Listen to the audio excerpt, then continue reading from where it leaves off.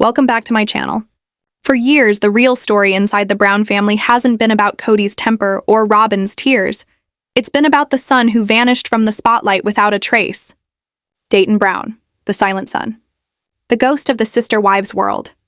Behind the walls of Robyn's mansion, a quiet war has been unfolding, a battle for control, freedom, and identity. While the cameras chase divorces and public meltdowns, the most explosive secret in the Brown family has been hiding in plain sight. A brilliant young man, a secret inheritance, and a rebellion against the two people who built his cage, Cody and Robyn Brown. Forget the story you've been sold. Forget the shy private son narrative. According to insider reports, Dayton's silence wasn't a preference, it was a protest. A weapon. For years, fans were told Dayton just didn't want to be filmed. But that's the sanitized version. The version Robyn approved. What insiders are now revealing paints a far darker picture. A life carefully controlled, finances tightly monitored, and a young man realizing that the only way to fight back was to disappear. And the first crack in that perfect facade didn't come from TLC. It came from a TikTok live stream. Paedon Brown, never one to filter his words, casually dropped a bombshell.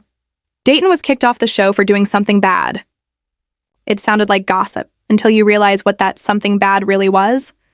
It wasn't a scandal. It was defiance. Dayton refused to play the role his parents wrote for him. Let's rewind for a moment. When the world first met Dayton, or David Preston Jessup as he was born, he was introduced as Robyn's eldest son. Robyn often shared that he was on the autism spectrum, shaping her image as the fiercely protective mother who demanded extra care, extra patience, and yes, extra resources from Cody. It made her more sympathetic, more essential, and it justified every ounce of control she kept over her household. Then came the infamous ATV accident, a devastating event that left Dayton with serious facial injuries and required reconstructive surgery. TLC turned it into a moment of family unity, a reminder of their deep compassion. But behind the scenes, it also deepened the narrative that Dayton was fragile, dependent, and forever tied to his mother's side. That story worked, and for a while. It explained why Dayton remained in Robyn's home well into adulthood, why he was never seen working independently, and why he seemed to fade completely from public life. But now, insiders say that narrative was never about protection. It was about control. Robyn built a fortress around Dayton, emotionally, financially, and legally. And when he tried to step outside of it, that's when things fell apart. Paedon's offhand remark didn't just expose a secret. It tore open a carefully crafted image the Browns spent years maintaining. So what really happened inside that mansion? Was Dayton's rebellion about money? About independence?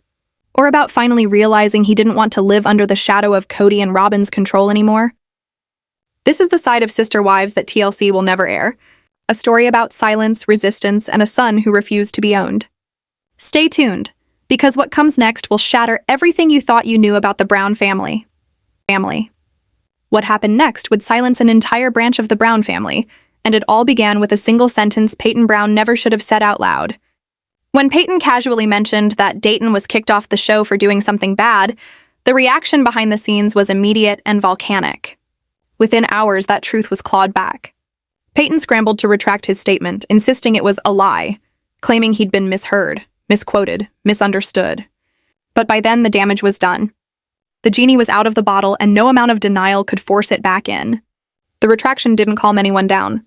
If anything, it made things worse. It felt panicked, desperate, rehearsed.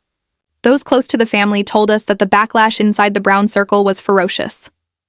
This wasn't just an angry phone call from Cody. It was a full-scale effort to shut Paedon down.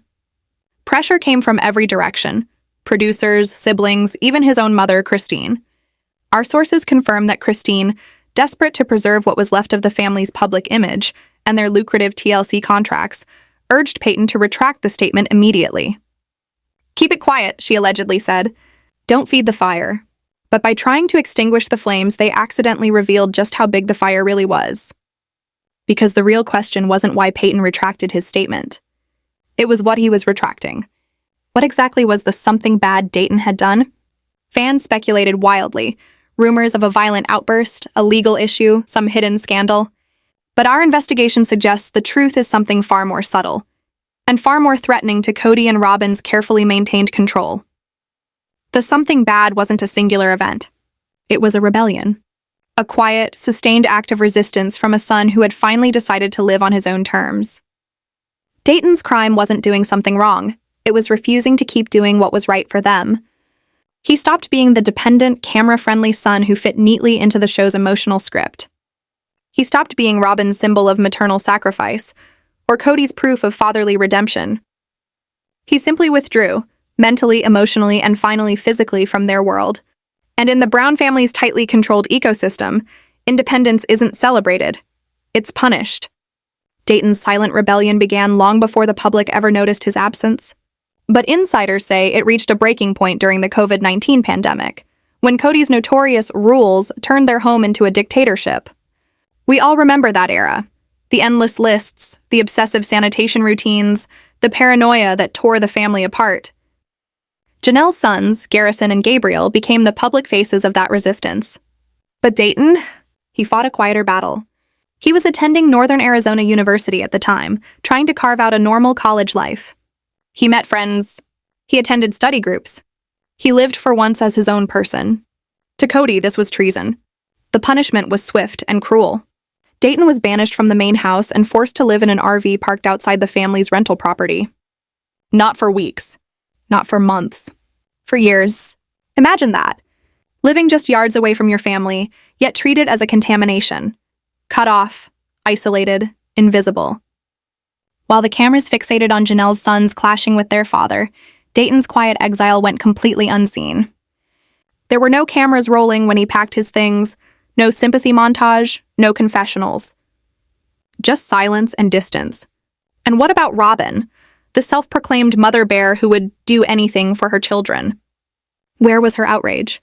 Where was her protection? That's where the story takes its darkest turn. Because sources close to the family say that Robyn didn't fight for her son's return, she enforced his exile. Dayton's silence, it turns out, wasn't just a personal choice, it was survival. Stay tuned, because what Robyn did next would forever redefine what it means to be a protective mother, and expose just how far the Brown family's control really goes. What if I told you that the most shocking betrayal inside the Brown family wasn't between the wives, but between a mother and her own son? Because when the time came to choose between her husband's control and her child's well-being, Robyn chose control. She allowed it to happen. She let her son, Dayton, be pushed out of his own home and into isolation, not because he had done something wrong, but because he had dared to assert his independence. That choice, that cold, calculated silence from his mother, became the turning point in Dayton's story.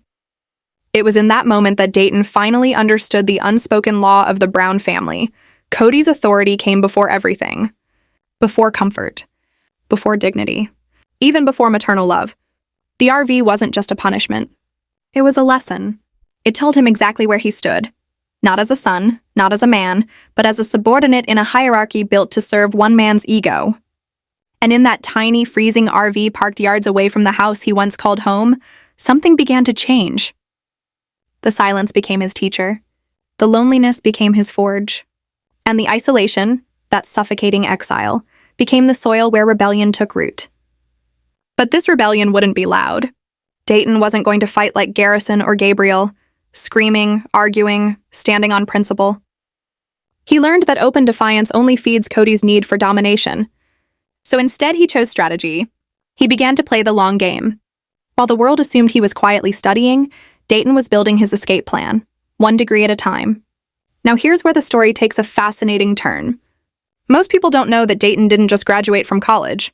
He graduated 3 times. 3 separate degrees, each one harder, each one more impressive than the last. He was at the top of his class, a model student, even winning awards. To the public, this looked like a family success story. "Look how brilliant our son is," Robyn would beam. "Look at what our family produced." But behind the curtain, the truth was far more strategic and far more dangerous to Cody's control. Our sources describe this as Dayton's academic fortress. Each degree wasn't just an achievement, it was a delay, a carefully constructed wall of legitimacy that bought him more time, more space, and more autonomy. Every time graduation approached, every time Cody's pressure grew, be a man, get a job, contribute to the family, Dayton would quietly enroll in another major. Another semester, another shield. And how could they stop him? How could Cody or Robyn publicly criticize their son for being too dedicated, too successful? They couldn't. His brilliance had become his armor. But behind closed doors, Cody's patience was thinning. Sources say he saw Dayton's endless studying not as ambition, but as rebellion, a refusal to join the family business, meaning the show, the brand, the Brown Empire. Cody reportedly viewed it as a direct rejection of his authority, and worse, a financial inconvenience. Because every day Dayton stayed in school was another day he wasn't under his father's thumb. Dayton's independence was growing, but so was Cody's resentment. And Robyn? She stayed quiet. Always quiet. But Dayton's strategy was genius, because he wasn't just earning degrees, he was earning freedom. Each diploma was another brick in the wall between him and the family that tried to control him. By the time he finished his third degree, he wasn't just an educated man. He was an intellectual exile who had built a world Cody and Robyn couldn't enter. And yet, he still couldn't leave. This brings us to the heart of the mystery, the truth that reframes everything we thought we knew. Why is a 25-year-old man with 3 college degrees still living under his mother's roof? Why hasn't he simply packed his bags and walked away? According to multiple well-placed sources, the answer is money. What binds Dayton isn't loyalty or fear. It's legal entrapment. Because buried beneath years of family secrecy lies a financial tether, a trust fund, a secret inheritance left for Dayton by his biological father's family. Our investigation uncovered that Dayton's biological grandparents, reportedly, well-off and deeply protective of their grandson, established a substantial trust fund in his name after Robyn married Cody. It was meant to secure Dayton's future, a gesture of love and financial safety. But here's the devastating twist. With Robyn's encouragement, Cody Brown was added as a trustee, or worse, a co-signer on that account. The paperwork was structured so that Dayton would only gain full control of his inheritance after completing higher education or reaching the age of 25. At first, it seemed like a reasonable arrangement, but in practice, it became a gilded cage, a prison of wealth where the keys to his freedom were held by the very people he needed to escape from. Imagine that. Every dollar meant to secure his independence became the chain that kept him bound.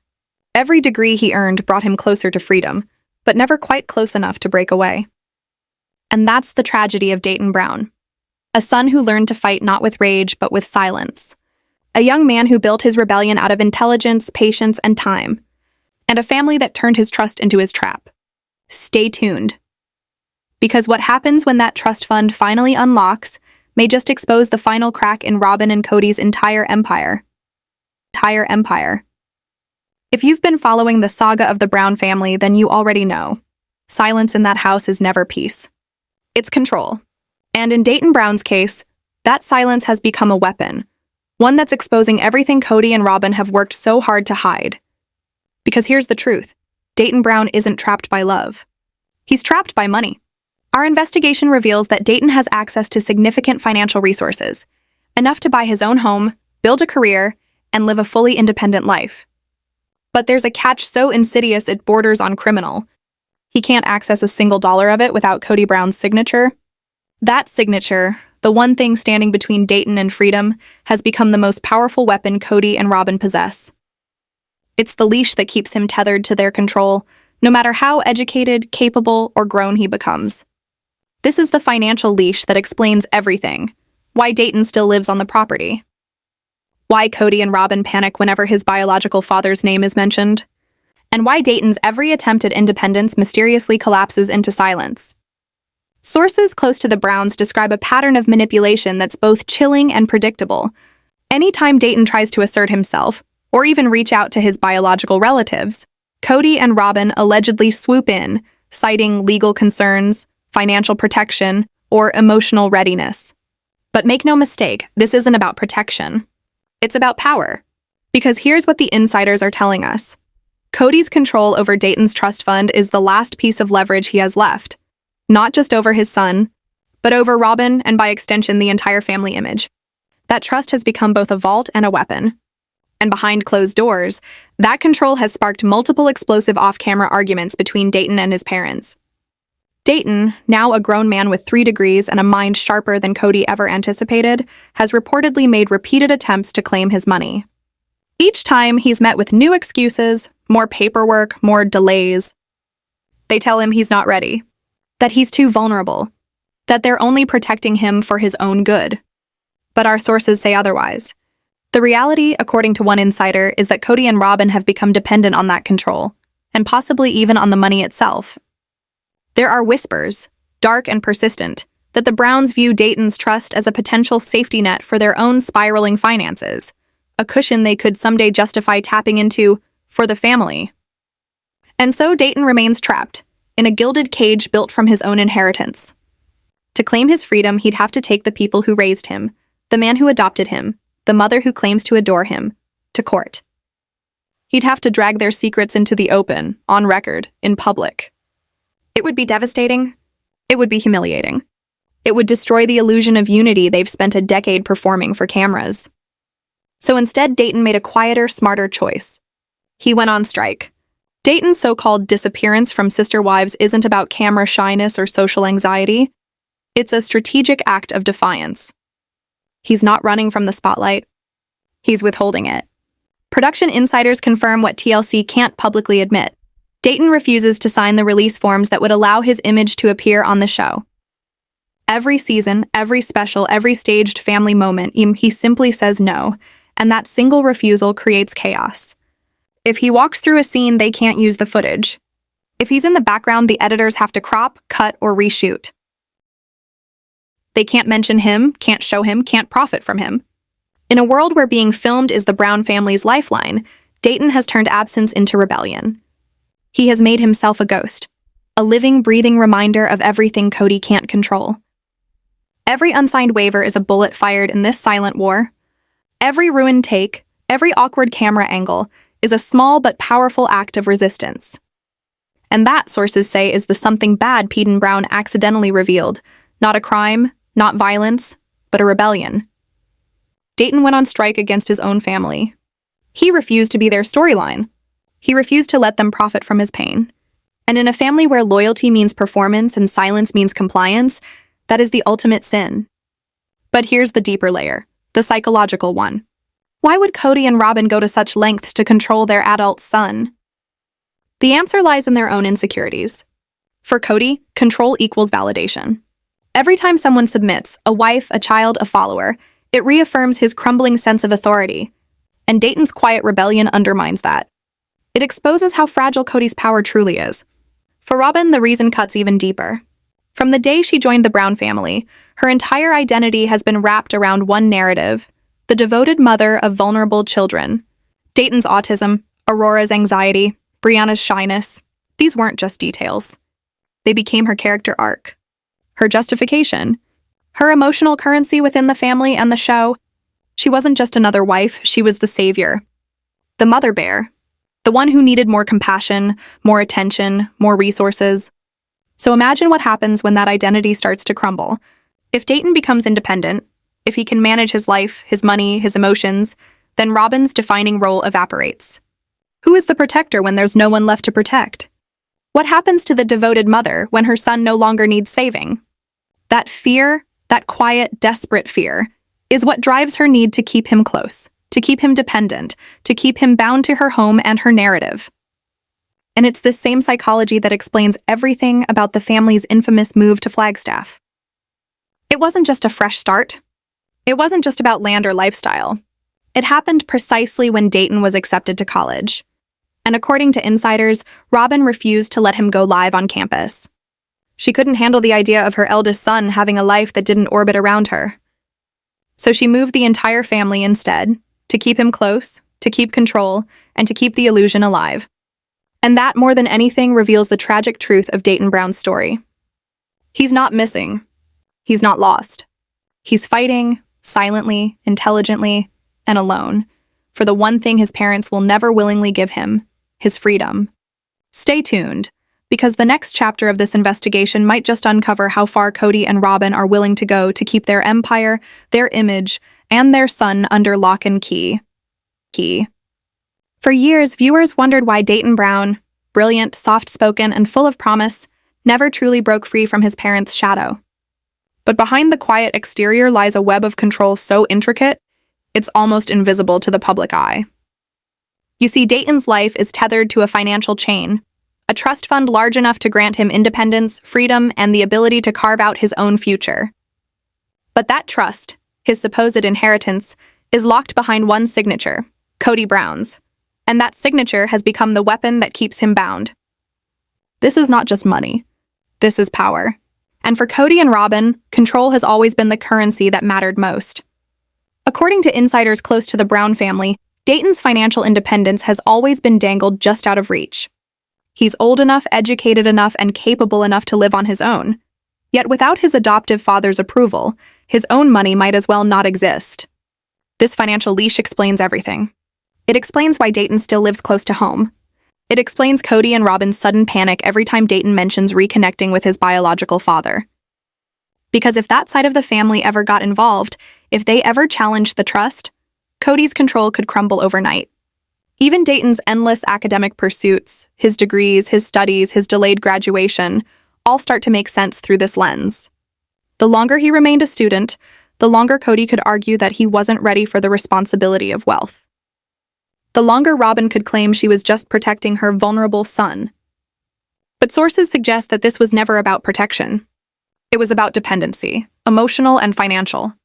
Behind the scenes, there were fights, explosive, off-camera arguments that TLC's producers couldn't air. Dayton, now in his mid-20s, had tried multiple times to access his funds, but every request was met with excuses. Cody and Robyn allegedly told him, "You're not ready. You're too trusting. The world out there will take advantage of you."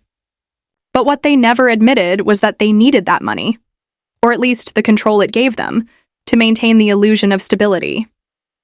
And so Dayton found himself trapped in an impossible choice: fight publicly against the people who raised him, or stay silent and live under their thumb. He knew that a legal battle would tear the family apart, exposing years of hidden manipulation. So instead, he chose another kind of rebellion, quiet, powerful, and devastating. He disappeared from the show. At first, fans thought it was about privacy or anxiety. But insiders now confirm something far more deliberate. Dayton refused to sign the TLC filming waivers. He would not consent to appear on camera. He would not allow his image or his story to be used as content while his life was being controlled off-screen. It was his only leverage, his silent strike. And this act of refusal has caused chaos behind the scenes. Every time production films inside the Brown household, Dayton's presence becomes a logistical nightmare. If he walks through a shot, they have to cut. If he sits in the background, the entire scene is ruined. He's turned himself into a ghost, a haunting reminder of the cost of control. Every unsigned waiver is a message to Cody and Robyn. "You will not profit from me while you hold my future hostage." This, insiders say, is the something bad that Paedon Brown once hinted at. Not violence, but rebellion. Dayton didn't explode in anger. He didn't make threats. He simply vanished. And that silence speaks louder than any outburst ever could. But to truly understand the depth of this quiet defiance, we have to look at Robyn Brown herself. For years, her entire identity has been built on one image: the nurturing, protective mother who brought her vulnerable children into the Brown family. Dayton's autism, Aurora's anxiety, Brianna's shyness, these became not just personal details, but storylines that defined Robyn's public persona. She wasn't just the fourth wife, she was the rescuer. Yet that identity came with a cost. Because if Dayton grows up, thrives, and leaves her orbit, then who is Robyn? What happens to the protector when no one needs protection? Every step Dayton takes toward independence threatens the foundation of her identity. His success doesn't liberate her, it terrifies her. The move to Flagstaff, once painted as a fresh start, suddenly looks different through this lens. It wasn't just about Coyote Pass or family unity. According to insiders, it coincided perfectly with the moment Dayton was accepted to college, a moment that should have been his first taste of independence. Instead, it became the moment Robyn pulled him closer. Dayton's absence from Sister Wives isn't a mystery anymore. It's a statement, a rebellion in silence. While the rest of the family performs for the cameras, Dayton's empty chair says everything they won't. Behind every carefully edited family dinner, every cheerful confessional, there's a young man quietly fighting for something the others lost long ago: his freedom. Because in the world of the Browns, silence isn't weakness. Sometimes it's the loudest form of protest there is.